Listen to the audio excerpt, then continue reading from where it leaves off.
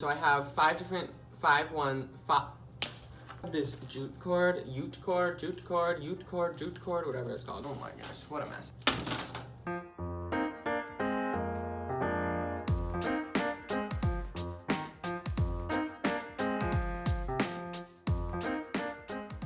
Welcome back, and thank you for joining me today. Okay, I'm gonna be honest, I don't know, today is just like not working out. Like, I don't know what today is, but all I know is once I start doing things hands-on, do some crafts, like I'll feel better. Like, it's very therapeutic for me to like make things. So I'm excited to do that, but it has just been a struggle to just sit in this chair. But here we are. I've been trying to figure out ideas. Also, if you have ideas, like throw them at me. Like, I'd love to hear them. I was like, what should I make? I was like, what do I have a lot of? Like, what do I have that I could get rid of? I was like, oh, I have a ton of yarn. Like, maybe I could like do things with yarn. So I came up with all these ideas, and like I found this picture and I really liked it. I was like, ooh, I think I could do this. I could like change it up, make it my own. I went to go look for the yarn, and when I got all the yarn out, I was like, oh my goodness, I have like 5 different colors of yarn. I don't know why I thought I had a ton. I usually like more cool tones, like blues and greens. I'm not much for warm tones, which I want to like do. Like, I'm like, okay, I need to learn to like make more warm tone color things. I think this will be really fun. I think it'll be something a little different. It's just like a nice little wall piece to hang up. I have all this material laid out. So the biggest thing that you'll need is something to attach it to. I have all these different embroidery hoops. These are actually used, they were for a wedding backdrop. I have 5 different sizes. I also have this jute cord. Like I said, I have these 3 colored yarn. I have no idea where this yarn is from. I've used yarn so much in the past year, like I don't know which project this was from. I used to help out in college with the yearbook. We would buy fabric upon fabric upon fabric for backdrops, for costumes, for whatnot. So this is from that. I did this window display with a bunch of yarn tassels, and so I have a couple extra. I'll be able to turn these tassels into pom-poms. You're gonna need some like scrap cardboard, like scissors, probably hot glue as always. But you know what? Maybe I'll just use the inner hoops. I'm gonna go ahead and get started.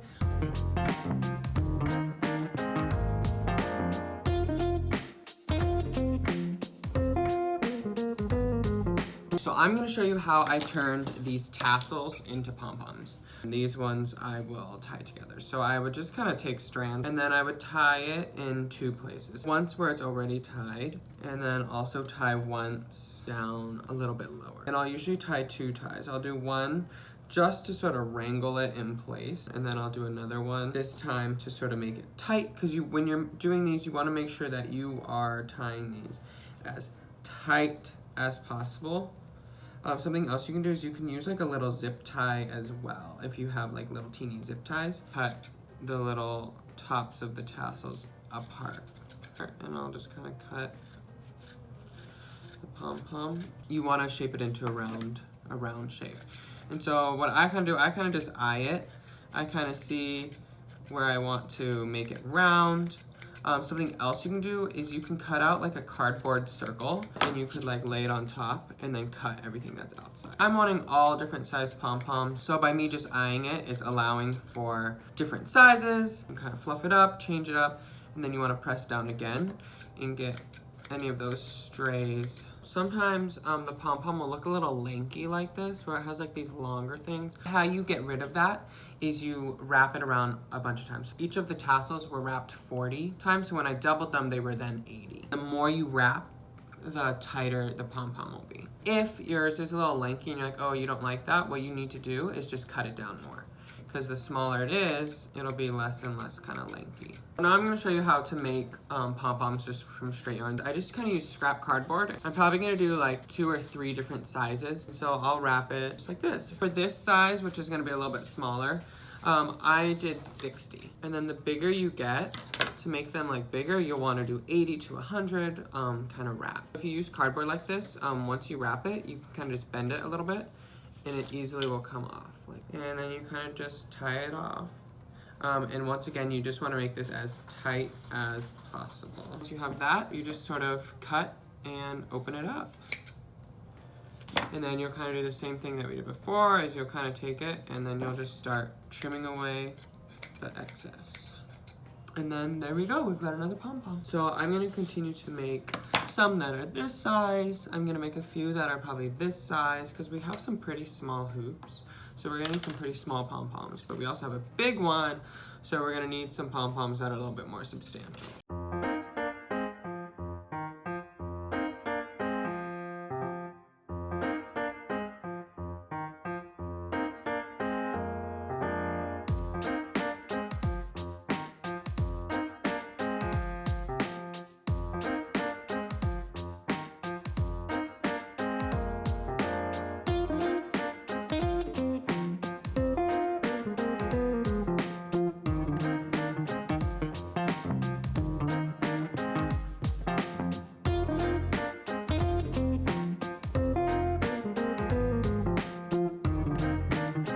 So what's been going on is this project I'm like conceptualizing, and I hadn't done it before. And so it's taken me some time and like a lot of thought and thinking, and I'm like, what am I doing? So I kind of took some time to figure things out, figure out how am I gonna do this, how am I gonna get things done. I have finished this. These shorter ones, what I did is kind of wrapped it around this, which was 18 inches. This board that I have is 24 inches, so I'm gonna wrap around there for these.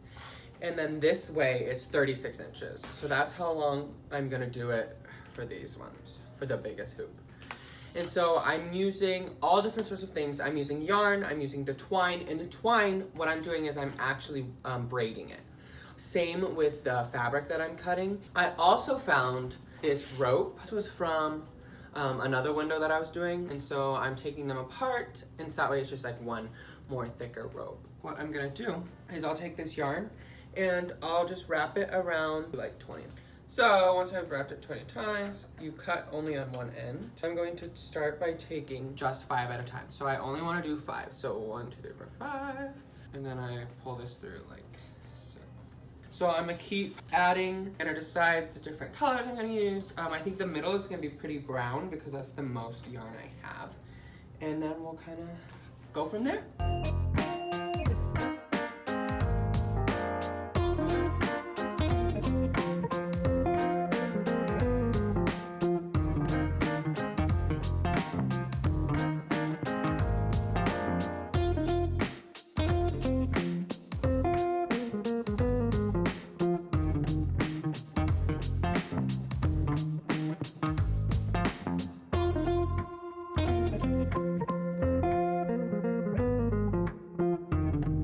I have been clamping it in with this on the edge of the board. These have been groups of 5. Loop, I go under, pull it down, and then tighten it like that. And you don't have to worry too much about these because we're gonna cover them in pom-poms, so it'll be okay. I'm gonna show you just kind of how to cut the fabric. If you have a rotary tool, which is like a circular, like pizza cutter type thing, that works best. I just kind of line up my ruler on the edge, kind of hold it on both sides, and then I just use an X-Acto knife to kind of cut the fabric.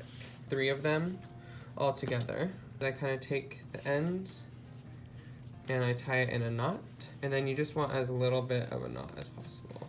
I'll put 1 behind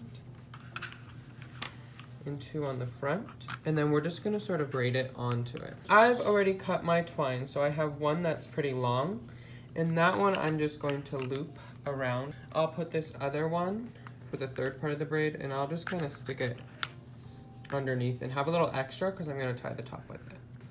And then we do the same thing where we just start braiding it in. Then for the top, what I like to do is I kind of tie it around itself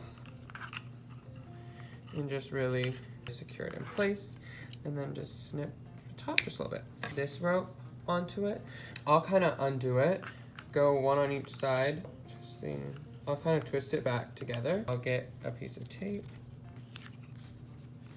cut the top.